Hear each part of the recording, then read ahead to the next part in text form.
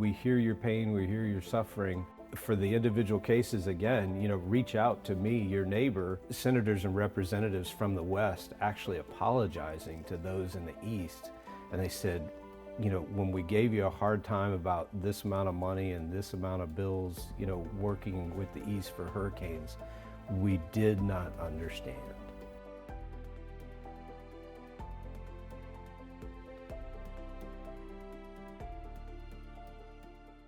First off, I know you've been adjusting for the past 6 months. Share with me kind of what it's been like moving from the Alderman now into the General Assembly. So yes, when I first got sworn in about 6 months ago, we were under adjournment instructions up at the state level. And so really we just met once a month and took up the bills that were committee reports. And so as a freshman, you really don't have much input into that. So now that we have come back and started our full session, that's when we get to work on bills, write them, draft them, file them, and then that starts the funnel for the committee meetings to have hearings on those bills.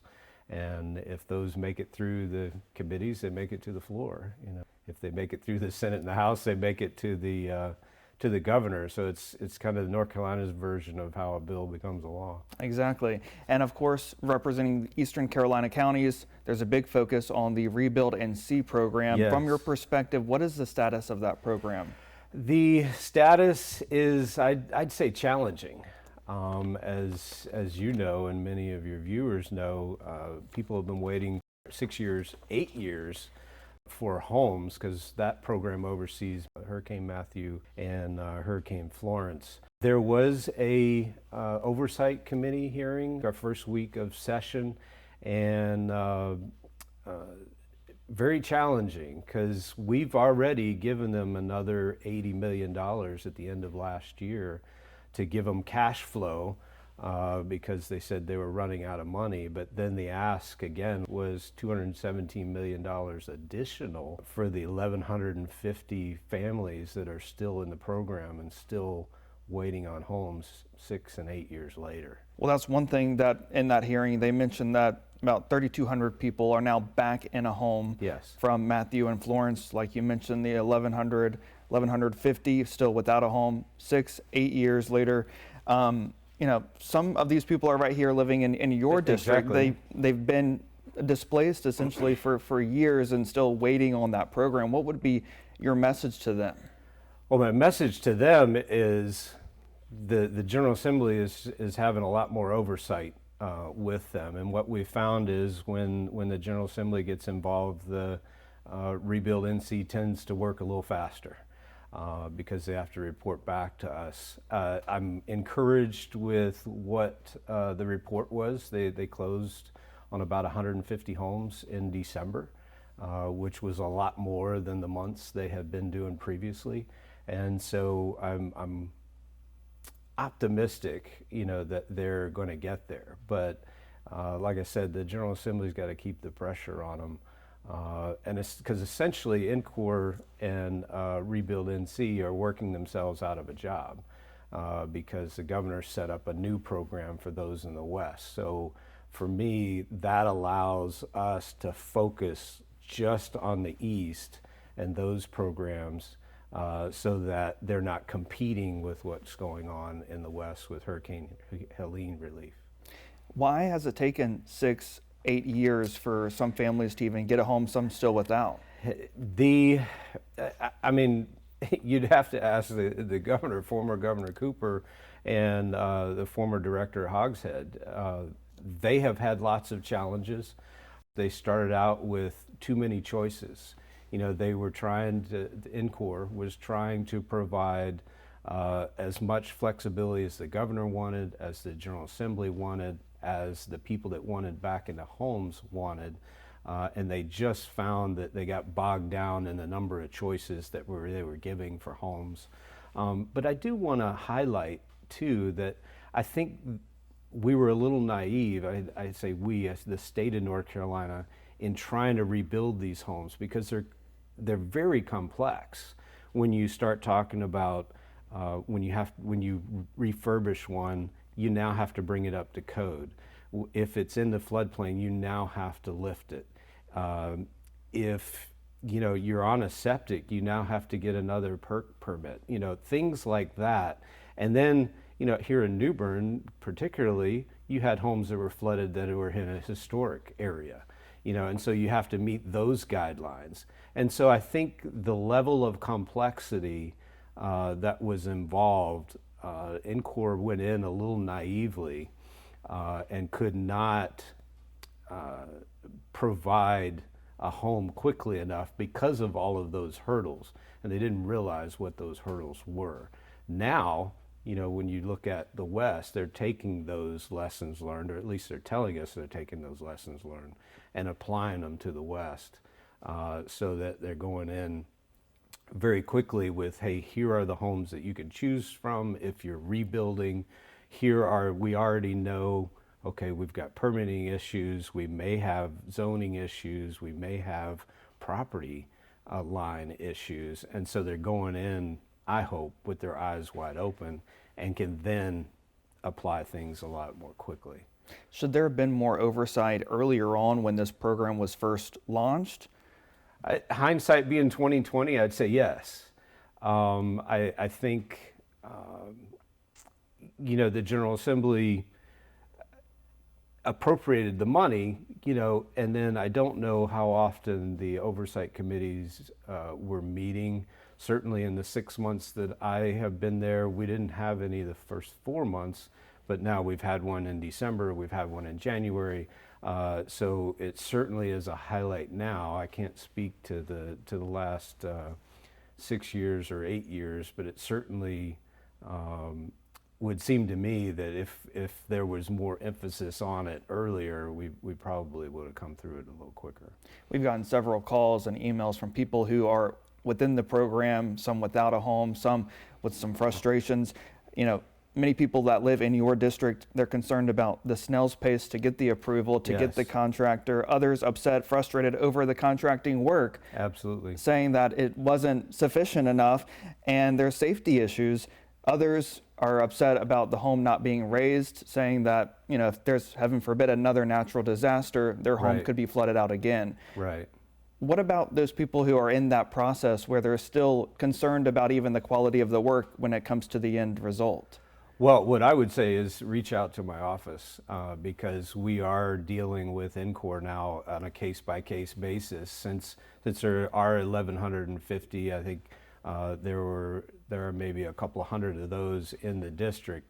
We can deal with a case-by-case basis with NCORR and deal with those issues directly. One of the things that the new director has stated, they have a 10% overage to deal with the post-contractor issues and the warranty items and those sorts of things. So keep reporting those, and they should be fixing them. And if they don't, then reach out to our office and my office, and we'll see what we can do. I know Prior Gibson, fairly new to the role, obviously, has history in the state legislature and North Carolina politics. So far in his tenure in the executive director role for the program, how would you say he's done? How would you grade him? I'm not sure of a grade. He's at least responding to the questions of the General Assembly. He's responding to the individual cases. And so, like I said, he's been there a couple months now as the director. He was there earlier as an assistant for maybe 6 months or something like that. But he's briefing well, is what I'm saying. And so I'm optimistic.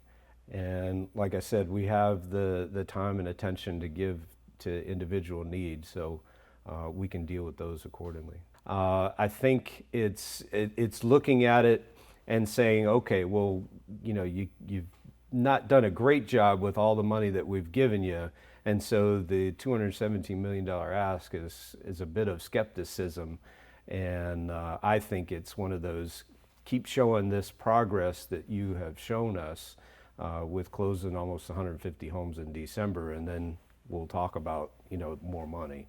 But it's kind of putting the General Assembly over a barrel, though, when you say, hey, I need $217 million to finish out these 1,150 homes.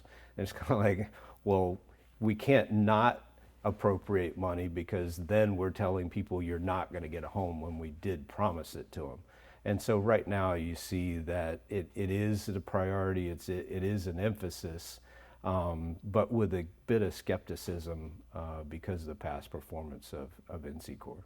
So you're saying the General Assembly will approve a part of that request, maybe in part or whole. We'll see. I can't speak for all of my folks in the Senate and in the House that will approve that, but we certainly have put forth, the $80 million and want to see how that's going to get spent.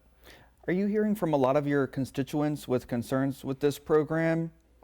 Not a lot, honestly. I wish they would reach out a little more. Like I said, I've only been dealing with individual cases, even though I know there's a couple of hundred that are going on within my 3 counties. So I'd like to hear more from them. And I know when you took on this role in the Senate, the state Senate, you mentioned that you look at it as neighbors helping neighbors, right? Absolutely.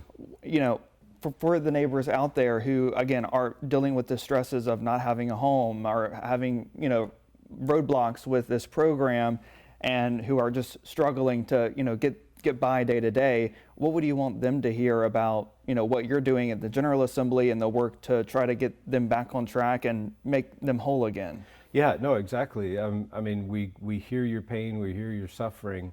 For the individual cases, again, reach out to me, your neighbor, and we can deal with those individual cases, see if we can get expedited in some areas if we can. Whatever obstacles are still there, we see how we can overcome them, and then put some more emphasis on them from NCORR and see if we can get you back in the home.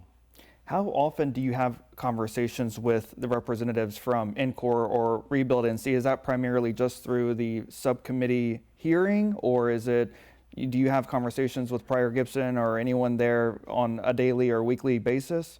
Well, actually, with his staff, yes. I'd say in the last month or two, it's been on a weekly basis. And again, it goes back to that one-on-one cases of, hey, how's this case going? What's the update on that case? And trying to get people over the hurdles to get back in their homes.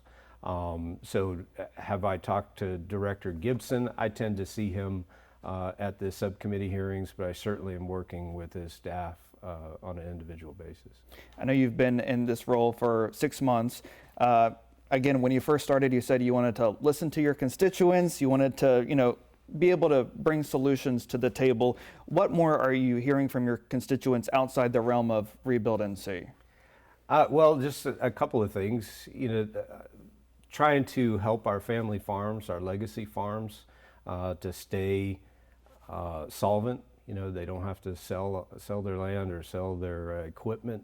And so based on, either Tropical Storm Debbie or the droughts that we've been going through, so trying to make sure that they are not forgotten in this whole hurricane relief that we're doing with Helene. That's part of it, and reminding people that Eastern Carolina is still part of that relief effort. And then some things, as far as trying to keep our food supply and our land and our bases protected from folks that will, I say folks, but foreign entities buying up our farmland and buying areas around the bases, because food security is national security. And so I'm drafting a bill to try and address that and keep our land, with folks that appreciate us and U.S. citizens as well. And, secondly, when you first took the role, you said you wanted to, forge relationships, of course, with other lawmakers, and you wanted to enact legislation that would benefit. You mentioned one there recently. What has been the biggest challenge working in Raleigh and taking the message that you're hearing from Eastern Carolina and translating it to other lawmakers and ensuring that, whether you do enact legislation, there's a final result? Right. Well, the difference is, when I was on a New Bern City Council, there were only 7 of us. And so I only had to forge a relationship with 6 people. Now that I'm in the Senate, there's 50 of us, and then it has to make it through the Senate chamber, and there's 120 over in the House. So there's a lot more people to deal with, a lot more relationships to build, and each one of us has a different part of the state. And so really it's trying to find the commonality between the issues that one district is having with our district, and finding those commonalities and putting it down on paper and getting it passed as a bill. And so really just the bill drafting and the bill itself is the beginning of a conversation. And you continue to modify it until you can get something passed. So that's kind of the biggest difference and the biggest challenge, is trying to meet as many people as you can, because you need majority votes, 26 in the Senate and 61 in the House to get anything passed. And so it's talking to enough people to get the priority done. And of course, Republicans have the majority in the Senate and the House. We have Democrat Josh Stein as governor. How do you describe the relationship between the General Assembly and Governor Stein? Well, I'd say right now, at least from my personal standpoint, it's one of optimism.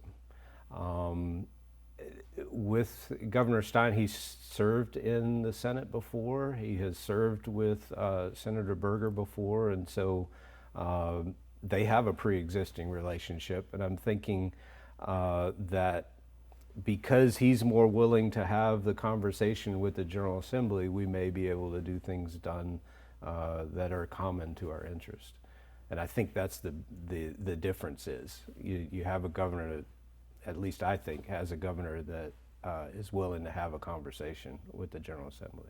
You mentioned your time on the new Bern Board of Aldermen. The people of Ward 6 still do not have representation as of today. Did you expect this to happen, and is there someone you would want to fill your shoes? I did not expect that to happen. I didn't go out and actively recruit anyone, because the resignation of Senator Perry and then my nomination appointment happened very quickly. So we knew it was coming. If I won, I was going to end up resigning in December. And so I had started to say, hey, if this happens, if you're interested, take a look at it. There are several good candidates that put their name forward. One has pulled his name back. At this point, in my opinion, July is the filing period for the election in October. And so at this point, it's probably better for the people to decide who's going to represent Ward 6. Unfortunately, that's another 9 months away, but I don't think the aldermen and the mayor are going to come to an agreement without an election, is my opinion. In the last round of voting, of the 3-3 vote, it was Dana Outlaw and Darlene Brown. I mean, would either of those two candidates, would you put your support behind one of them, or? Well, I'm already on the public record in front of the Board of Aldermen that I support Dana Outlaw, if those are the two choices. I mean, former mayor, former alderman. There are some significant decisions that the board is going through, including putting some bond referendums on the ballot. And so that level of issues, he already is experienced. He already knows what the issues are. You don't have to get someone up to speed to make those decisions. And so for a very short-term fix, I think Mayor Outlaw would obviously be able to fill that with no issues. But like I said, the election is this year, and so the people are going to have a vote eventually. Time will tell. Time will tell. Senator, is there any other comments you want to share about your time, in the General Assembly, whether it's ReBuild NC or any other issues or challenges you're up against? Well, again, for me, with everything that's going on up in North Carolina State, with a new governor, you now have new secretaries, you've got a new General Assembly forming. January has been very much a transition period. And so I think, and I hope, and I have the optimism that we're going to see a lot more action with regards to NCORR, with regards to a lot of the issues we're having, because right now we're kind of getting new people in and figuring out our relationships and how to work up there at the state. So I think within the next month or two, you're going to actually see some action up there. And lastly, I know you mentioned earlier that they're developing the new program to help our friends and neighbors in Yes. the western part of the state. What's the optimism level on that new program, especially seeing what's happened with ReBuild NC? What the difference I think you're going to have between ReBuild NC and Grow NC is you have the attention of many of the western representatives and senators, and they are absolutely focused on rebuilding. And it's a different point of view because they don't deal with this all the time. And they've seen a level of devastation that we really don't see out here in the East. And so with that increased emphasis and with a new set of administrators coming in, using the lessons learned that they've seen in the East, I think, in my opinion, you've got some optimism that it's going to happen more quickly because you have more oversight, you have more emphasis, and it's not the first time you've done it. One of the things that I was very encouraged about, and this was my first couple of months up there when we were taking up many of the hurricane relief bills, was senators and representatives from the West actually apologizing to those in the East. And they said, when we gave you a hard time about this amount of money and this amount of bills, working with the East for hurricanes, we did not understand. We did not know. And now we know. And we won't give you a hard time anymore, because we understand and we need that level of emphasis now to recover in the West. So again, it goes back to getting things done. You've got to talk to people across the entire state. And sometimes, and unfortunately, if they haven't experienced it, they don't understand. And so, but now you've got folks from both the West and the East very much focused on recovery from different storms. And so that's why I think this time it's going to be a little different. It's going to happen a little sooner. It's going to happen a little better. And that's the optimism I have going in. And we are a few months away from hurricane season. Yes. Is there any preventative measures lawmakers are looking at, if something were to happen? I don't know that lawmakers are looking at it. We've had different levels of like a water summit. Many of our congressmen have sponsored those to talk about resiliency because much of the money comes from the federal government. I know with the city of New Bern, we've done many projects with resiliency with both water and stormwater. And so I know here in New Bern, we've seen a big difference between what was before Florence and what is now with the thunderstorms coming down.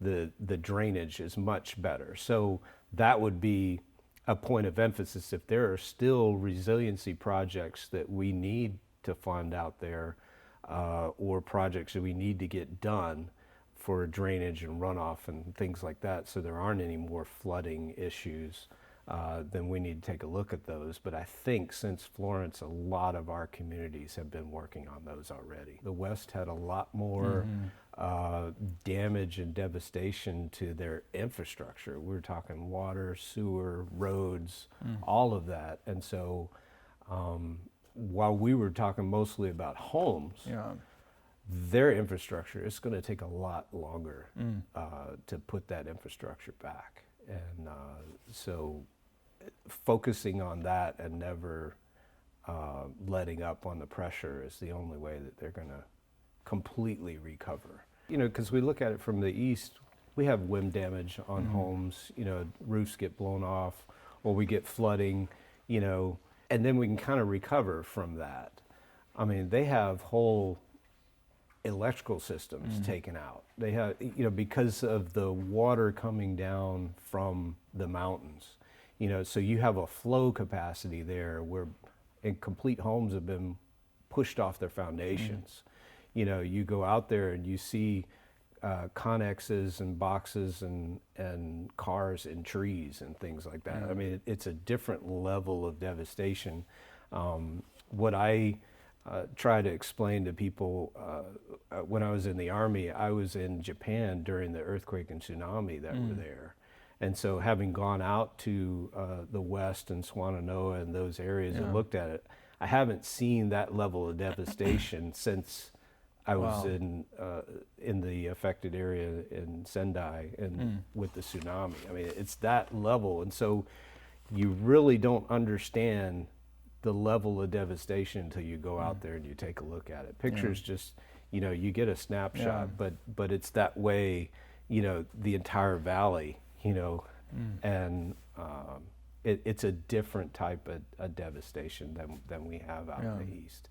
Still just as traumatic, but it's different, and a lot more roads, a lot more infrastructure taken out. And the one thing, at least, you know, here, you know, we can kind of anticipate it and expect it, and then there it almost seemed like it was out of the blue with very little warning. Yeah, exactly. I mean, my daughter's at Western Carolina University, and she had clinicals, or she was supposed to have clinicals in Asheville that morning. You know, and talking to her at the night, and it was saying, I don't think you should go to Asheville, you know.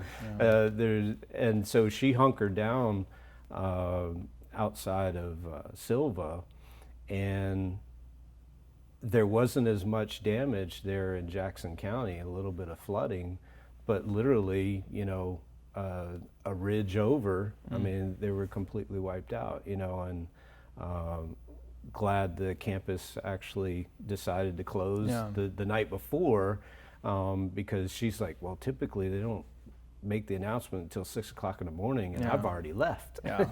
And so it was things like that yes, it was unexpected, that level of devastation, but also you can go from one valley to another, and one was affected and one wasn't. I mean, even within that same valley, we went to Craigstown, where I think they lost is either 7 or 9 people, and literally you stand on the front porch of one of these houses that was not affected, but yet the mudslides came down the left side and the right side, down both the valleys, and met right in front of this house, but that house was still standing and nothing happened to it. I mean, it just, the randomness of it was, and I think that is what's so traumatic about it for those that are there. And I, you know, my heart goes out to them, and until you have experienced it or had relatives that experienced it, you just don't know.